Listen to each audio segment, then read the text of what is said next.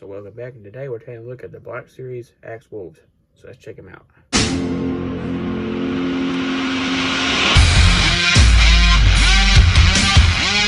Okay, so this is Axe Wolves, however you say. I'm not 100% for sure, but I decided to do this video because, I got a lot to say about this figure, and if you remember, I did compare his jetpack to Jango Fett's in my last review, so I will do that again too. But, and unfortunately, I do have the packaging for this figure, but I don't know where it's at exactly. It's somewhere down in storage, but I don't know exactly which box it's in. It'll take me forever digging through each box trying to find it. So, unfortunately, I won't be able to show you that. But so we will go ahead and start with the accessories. So first up, it comes with this very, very tiny little blaster here, which is a standard Mandalorian blaster, which I think is made out of a 2011, which is a double stack 1911, or maybe a staccato. One of those, two pistols I'll show you there. But, which, I think this is the same pistol that came with Bo-Katan and Koska Reeves, just, in a different color scheme there, as you can see. It's got, some silver paint on the grip there, which is pretty cool, and underneath. Mostly kind of got like a black gunmetal texture, which is pretty cool. And, he can hold this in his hand, like so. So you can get him, like, in a blaster firing pose. He also sports a holster on the side there. It's got actually like a strap too, where you can slide the blaster in and peg the strap there, have them holstered when it's not in use. So that's pretty neat. Most annoying accessory for me is his jetpack here, and I say annoying for a reason. So at first glance, you think it's probably the same jetpack as Jango Fett, but it's actually not, though. As you can see, compared to Jango Fett's jetpack, it is quite a bit different, as you can see. Peg system's completely different, and the peg system on this Axe Wolves is why it's on the annoying side, because this jetpack does not want to stay on very good for some reason. It just falls off very easy. Hard to get it to stay on. Any little drop or bump you make, it wants to fall off his back. So, which if you get it pegged in there real good, it'll stay if you don't mess with him a lot. But if you drop him or knock him over, his jetpack falls off, and that's very, very annoying. What they should have done was they should have made the peg a little bit longer when it went in his back a little bit better. Now, one of his most important accessories and one of my favorite accessories is his helmet here, as you can see. He's got his very iconic, customized helmet. As you can see, it's mostly blue, with some, which kind of looks like black, but it's actually kind of like a tealish green around the visor there. As you can see, it's got some scratches on it. It's got like a gray band around the top there. It's got some more details on the back. His antenna does move, which is pretty cool. Now, the one problem I have with this accessory is when you put it on to his head like so, it is, very loose around his head. A lot of these newer Black Series figures are like that, and I don't like that either. I wish it was a little more tight-fitting, but I mean, once you get it positioned, it looks pretty good actually. I usually just play with his helmet on, see it looks cool with his helmet. So you can see that looks really, really awesome. Let's go ahead and go over his articulation quickly.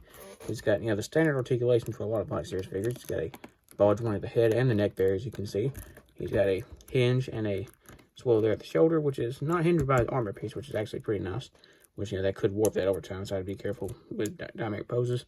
He's got a hinge and a swivel there at his elbow. He's got a swivel at the armor gauntlet. He's got a hinge at the wrist there and a swivel.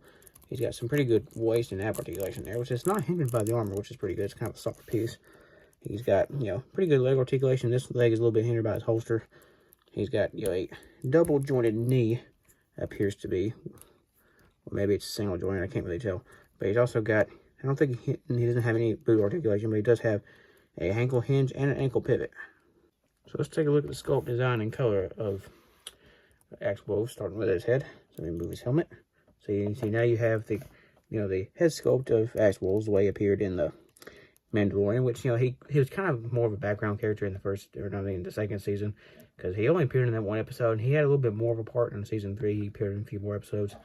But, because, in the last episode of the season two, or last two episodes, I should say, Koska Reeves and Bo-Katan both returned, but, Axe Wolves was nowhere to be found, and I don't know exactly why, but, then he, reappeared in season 3, and, which you see, the head sculpt looks a lot like the actor. I can't remember what his name is off the top of my head, but, it's the same guy who played Bakshi in Agents of S.H.I.E.L.D. in the first season or two, but, as you can see, it looks a lot like him, too, which is pretty cool. It's got, his 5 o'clock shadow, which is pretty neat as well. He's got scars on his face there, as you can see, which, you know, Mandalorians are supposed to be hardened warriors, so scars kind of fit their, you know, personality. And go around the back, you can see he's got, you know, his, you know, hair there, as you can see, you know, and his, you can see where his jumpsuit kind of goes up on the back there, which is pretty cool. It goes up on the neck there as well. His back of his armor looks kind of yellowed right there, which I don't think that's actually discolored. I think it's actually painted that way. I could be wrong, but as you can see, you know, there's not any plate on the back because that's where the jetpack goes. But he's got a big armor plate on the front there, which is kind of reminiscent of the armor plate the Mandalorian, you know, Din Djarin first wore in, you know, season 1 until he got his new Beskar armor. And he's got the 2 shoulder pads, which I like because, you know, it doesn't hinder articulation, but I would be careful with leaving him in a action pose because it could warp these out of shape over time. So I'd be kind of careful on that. But you see, he's got the gray jumpsuit underneath there, and he's got this brown leather thing which can be pulled out like so. But then, you know, you kind of see the jumpsuit, so I guess that kind of helps how the jumpsuit there. It's kind of connected to his ammo belt. It's got 2 brightly blue, you know, wrist gauntlets on, and he's got a armor thing on his rear end there, as you can see. There's no leather thing on the back there though, like there is on the front. But he's got, you know, pouches and stuff. He's got the holster with his blaster. He's got 2, you know, upper thigh pads, which, you know, also reminiscent to Din Djarin's first armor, and I think his second armor too. He still kind of has mismatched thigh pads as well. He's got 2 brightly blue, you know, knee pads. You know, his whole armor scheme is kind of like a dark, which it looks kind of gray, but, you know, it's actually kind of like sort of like a greenish gray and blue. It's kind of his armor scheme color. He's got a lot of scratches on his chest plate there. There's a little bit on his shoulders, but not as much as the chest plate there. He's got a little bit of scratches on the 2 thigh plates. He's also got some tall black boots on, which is pretty cool, with the unpainted details around the top of his boots there. But as you can see, you know, I like the boots on this figure. He's got some pretty cool boots. Yeah, it'd be cool if they could reuse these boots on some more Mandalorians. Okay, for comparison time, here he is compared to Jango Fett, the last figure I reviewed. So you can see kind of the similarities and differences there between the two. And the most similarities is with their jetpack, though. But for the most part, you know, they have completely different armor designs. And lastly, here he is compared to, you know, his other 2 Mandalorian companions. He's, you know, with Koska Reeves and Bo-Katan. So, which I think they actually released Axe Wolves before, not Bo-Katan, I mean, Koska Reeves. I think she was the very last one they released, although, you know, she had, you know, more of a part and stuff in the show than Axe Wolves did. But still, you know, I'm glad we have all 3 of them, you know, and I'm glad I did pick up all 3, kind of, you know, recreate the trio here, so it's pretty cool. So what do I think of this figure overall? You know, I like this figure. It's not bad. It's got some issues and some problems that are really annoying, like the jetpack not pegging in real good. It wants to fall off, which is, like I said, very annoying.